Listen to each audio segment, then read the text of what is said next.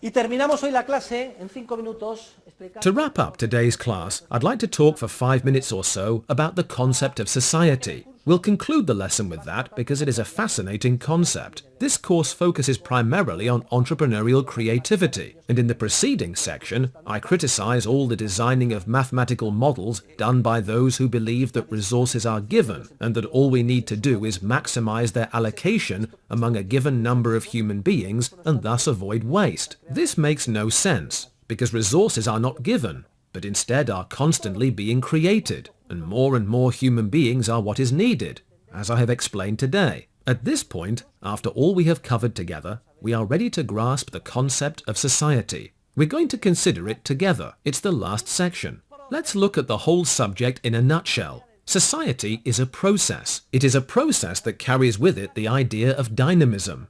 A dynamic structure. Do you know what a Meccano set is? When you were small, did any of you play with a Meccano set or an erector set? They consist of connected parts that form a structure, like the structure of a building. Well, the social process is a more abstract concept, and it's difficult for us to visualize because it's like a Meccano structure that moves. That's almost impossible to imagine, but that's what the process is like. A spontaneous, dynamic structure. That is, one that nobody has consciously designed.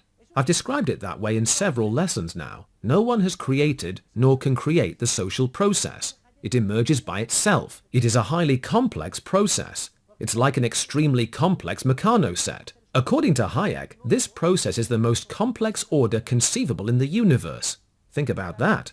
Because it is comprised of billions of human beings. Imagine each of the nodules in a Meccano structure represents the head of a human being.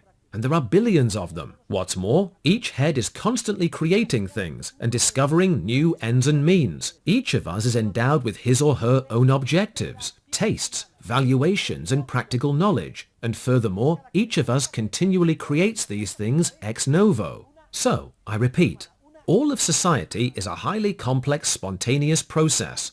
But what does it consist of? Human interactions. The nodule that is each head is connected with all the other heads through a human action, an interaction between humans. And what does this interaction involve? Basically, it is an exchange relationship. Remember the example of the Phoenicians, do ut des. I give you something and you give me something. Exchange relationships connect all of the basic elements in the dynamic structure that makes up this very complex process.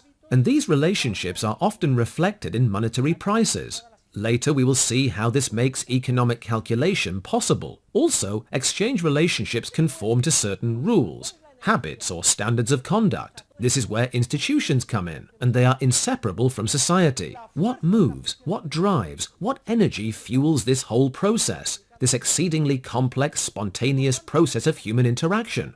The force of entrepreneurship. The leading role in the economy belongs to this force, and we have been discussing it since the beginning of the course. What does entrepreneurship do?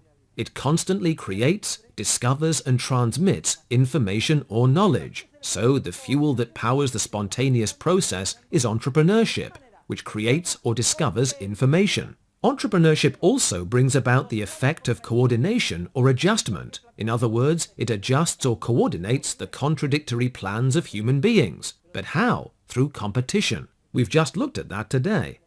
Any contradictory plan is discovered, adjusted, and coordinated.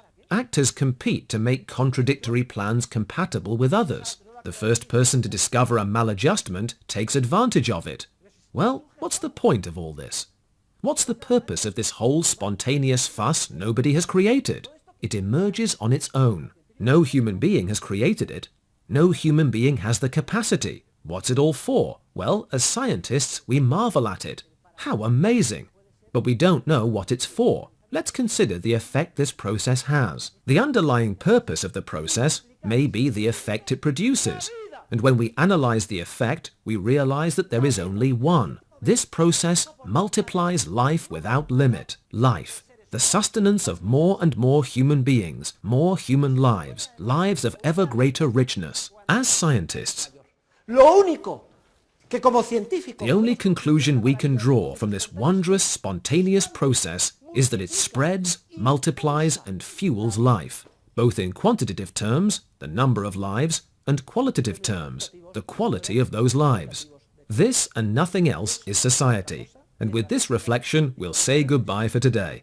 I'll see you all back here next Tuesday. Thank you all.